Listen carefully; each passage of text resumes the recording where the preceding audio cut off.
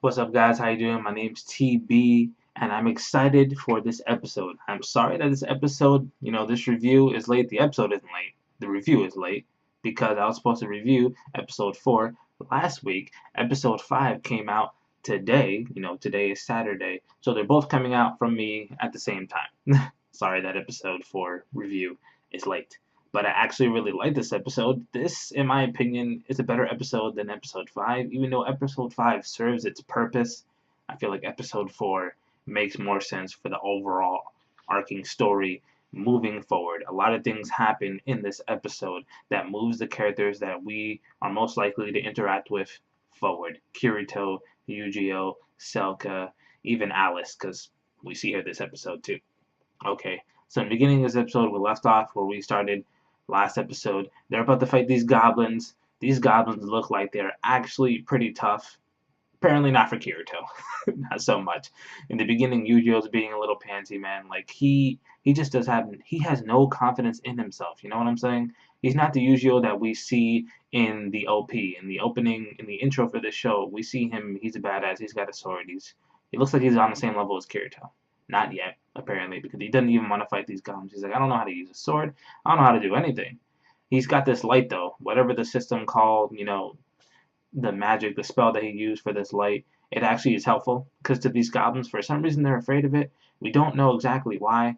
My theory is that they come from the dark territory, so whatever they interact with on the light territory or any type of magic, they just don't like it. Maybe they fear it because they don't understand it, or maybe it actually hurts them. We don't know, and they never explain it, but it helps Yu-Gi-Oh out because later when he goes to help Kirito fight, he uses it sort of as a distraction, kind of like a flaming torch of sort. He uses it to distract a little bit. We see Kirito, he goes in, man. He's just going in. He's diving in with his sword. He's dipping, he's diving, he's ducking. He takes care of the small goblins pretty much like they're nothing. But then the captain comes up, the killer of lizards, as he calls himself. Like he's like the chieftain, I guess, for the area. And he provides a little bit more of a challenge for Kirito. And here's one of the problems, really the only problem that I have with this episode, but I feel like it needs to be addressed. Why is Kirito able to use these moves? Why? Later in the episode, he teaches Yu-Gi-Oh how to use a sword more because Yu-Gi-Oh knows how to wield the weapon, right? He uses the axe, but he didn't know how to really. He didn't have any sword skill. You see him even when he wields the White Rose sword. At first, there's no light effects. His sword doesn't glow, and Kirito is able to do this. 2 times in this episode, Kirito uses something called Sharp Nail, and afterward he uses something called Sonic Leap. Like, how is Kirito able to use these moves? Does he carry his knowledge from Ironclad in the season of first SAO over to this game? I don't understand why he's able to use these moves in the underworld. Like, he never got taught these moves. No one ever showed him these moves. Like, he never looked in his inventory and said, oh yeah, I got this, this, and this. Like, if he's able to use light effects and sword skill whenever he wants to, he might as well just start dual wielding, get his black cloak, and start using, Starburst Stream or something like that. But he uses it, and he does some massive damage on this giant goblin here. But he doesn't get away unscathed. As soon as he uses Sharp Nail, he hits him as well with his own sword, and he's down. Like, this hurts him a lot, and I'm glad because it seems like this is the real world. Like, imagine being a player of video game, right? But taking the amount of damage that you would take from a normal attack in real life. He got hit in the shoulder, the left arm. It looks like he's like, yeah, no, this hurts. It hurts way more than it should, or basically at all for a virtual game. So if you didn't know before, he's fully convinced that he's no longer in a virtual game. Yu-Gi-Oh realizes that he needs to go try to help or save or interject somehow to help Kirito. Kirito is like, he's on the ground. He's reeling from this one attack from this goblin. So Yu-Gi-Oh's like, yeah, I gotta go in there. He goes in there, and Kirito, for the first time ever, as far as I'm concerned, as far as I know, he looks like he's freaking scared, like he's gonna die. He's actually afraid. Some people think that Kirito is this badass who, under every circumstance, he always knows what to do. He's overpowered. He's never like had a challenge that he couldn't defeat. But in this instance, he's not like that. Not at all. He actually looks like he's scared. He's about to die. Yujiro goes in there. He hits him with a couple good hits. He uses that flower thing, the lightning thing that it blinds him for a little bit. But then he gets wrecked too. He gets murked. He gets hit straight across like the chest, the stomach area, and he gets knocked out. And it seems like he's gonna die. He even says he's like, "Oh, I gotta keep my promise. I guess I'm gonna die now."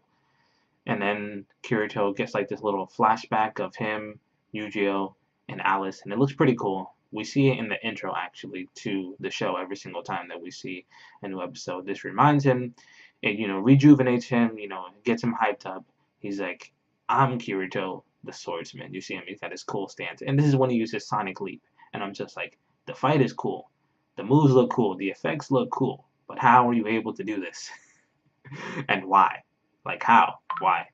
He completely like chops off this dude's head. He's dead. He's 100% dead. And he's like, "Yo, guys, if you don't want to fight me, if you don't want to end up just like your boss, y'all better dip. Y'all better leave."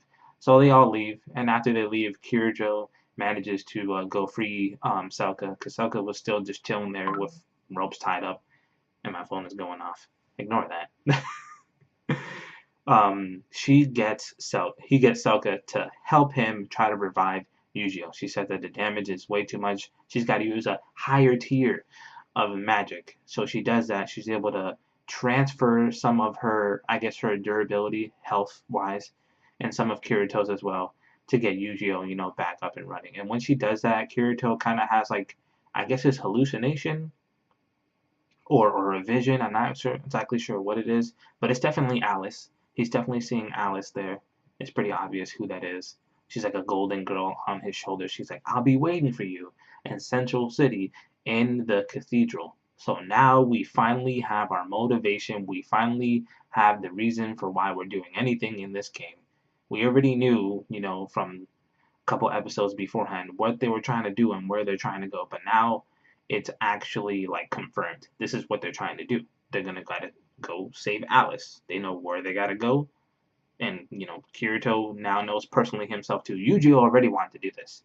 Even if Kirito was like, "No, I don't want to help you," Yujiro would still be trying to go to Central City because that's where he knew that they took Alice. So now there's actually, confirmation that that's what's gonna be happening soon. I like the fact that the show is telling us, "Hey, this is the plans that we have. This is where we're going."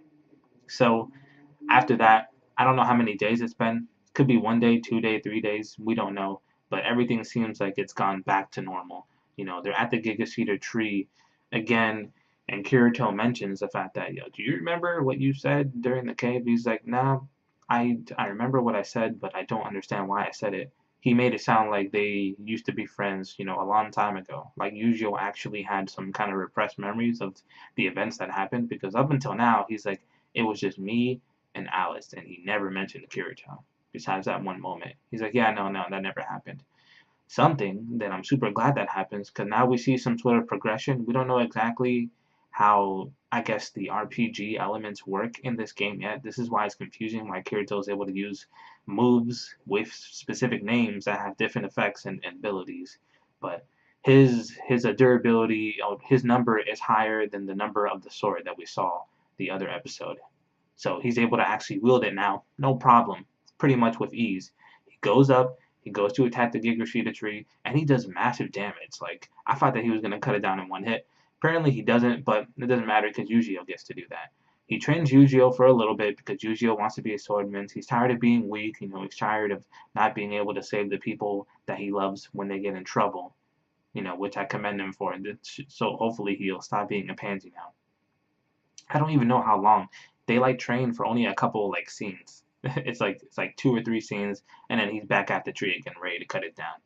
So when he takes his stance to go cut down this tree, he cuts the thing clean. It's gone. It's dead. He finally fulfills his calling, and they throw a big giant party for him. The tree falls down, and that's it. What they thought was gonna take hundreds, maybe thousands of years is done in a day. It's crazy for how long he spent on trying to take this tree down, that it's finally down.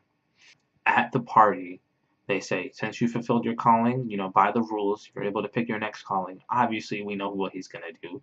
He's going to pick to be a swordsman, because Kirito even trains him to be a swordsman, and he kind of has to know what he's doing when he's going to Central City. So he tells the whole entire, village that that's where he's doing, that's where he's going.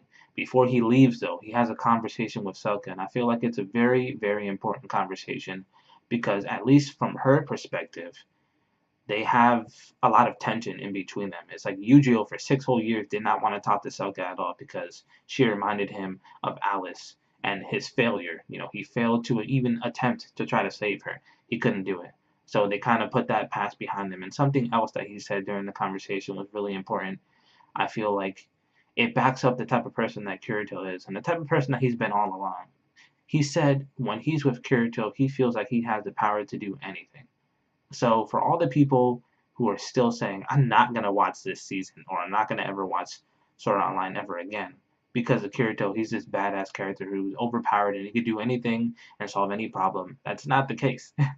He's able to positively influence the people around him to be the best that they can be. And if he wasn't able to do that, then he would have died in that cave. And Yujiro would have died too. you know? So, like, Yujiro speaks to the type of character that Kirito is, He makes everyone else around him better. And when everyone around him is better, he shines more too, And that's basically the end of the episode there. They're getting ready to leave, to dip on to Central City. And who knows what they're going to find along the way. Maybe we get to see more cool stuff. Maybe we get to see some more moves.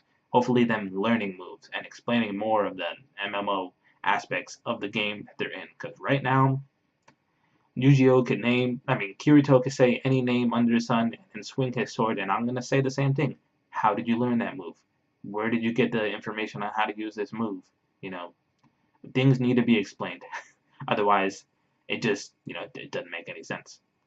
Especially for Yujiro. If next episode or like episode 6 or 7, we see him using moves with names, it's like, did Kirito teach you that? That's the only criticism that I have. But hopefully you guys like this episode and you guys like this review. Let me know, again, if you're hyped for this series or not. Are you watching it or not? Because I am enjoying it. I'm going to keep watching it. And I'll see you guys next time.